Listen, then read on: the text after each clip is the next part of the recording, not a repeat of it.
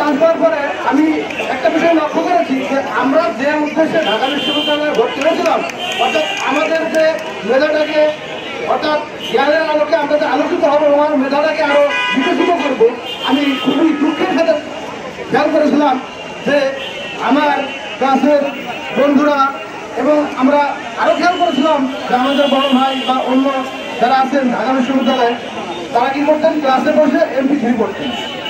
কিসের জন্য MP3 পড়তে জানেন? কারণ তাদের এই যে একাডেমিক লেখাপড়ায় এটাতে কিন্তু ফোকাস ছিল না। মূলত তাদের ফোকাস ছিল থেকে আমাকে যত দ্রুত সম্ভব এই ঢাকা বিশ্ববিদ্যালয় থেকে সার্টিফিকেট নিয়ে আমাকে চাকরির যুদ্ধে অবতীর্ণ হতে হবে। এই অবতীর্ণ হওয়ার জন্য তারা কি করছে, একাডেমিক লেখাপড়াটাকে কম গুরুত্ব দিয়ে চাকরির বই মুখস্থ করেছে।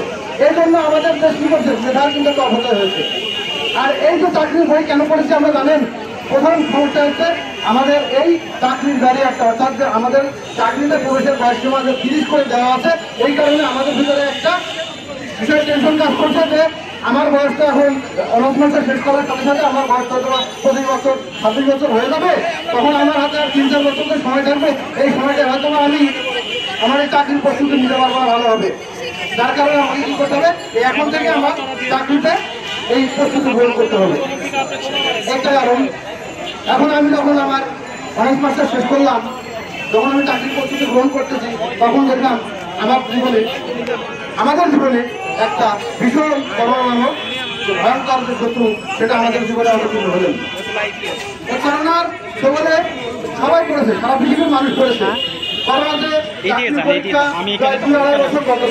নিয়োগ প্রক্রিয়া বন্ধ ছিল, তখন কিন্তু আমাদের বয়স কিন্তু থেকে থাকে নাই। আচ্ছা ঠিক আছে, আমাদের কি হয়েছে, আমাদেরকে অনেক সময় আমাদের চাকরিতে পরিষ্কার করেছিল, কিন্তু এই করোনার কারণে পিছনে দাঁড়াইলেও হয়, লাইভ চলতেছে তো। আমরা আজকে যদি বিশ্বের দিকে তাকাই, তাহলে আমরা দেখবো যে বিশ্বের সমস্ত দেশেই চাকরিতে প্রবেশের বয়সসীমা ন্যূনতম 35, কোনো কোনো দেশে চাকরিতে প্রবেশের বয়সসীমা উন্মুক্ত আছে। তবে কেন আমাদের বাংলাদেশে ডিগ্রি ধরে করা এখনো চাকরিতে প্রবেশের বয়সসীমা 30 বছরে আটকে রেখেছে, এটা আসলে আমার বুঝে আসে না। আমি দেখেছি আমার শিক্ষক এবং বাংলাদেশের অনেক সচেতন মানুষের সঙ্গে কথা বলেছি, তারা বলেছেন যে আসলে চাকরিতে বয়সের এই যে প্রবেশের বয়সসীমা যে 30-এ আটকে রাখা হয়েছে, এটা খুবই একটা প্রহসনমূলক ব্যাপার। এবং আমরা দেখেছি যে আমাদের যে সকল ভাইয়েরা উচ্চশিক্ষার জন্য বিদেশে যায়, তারা আর বাংলাদেশে ফিরে আসে না। কেন জানেন?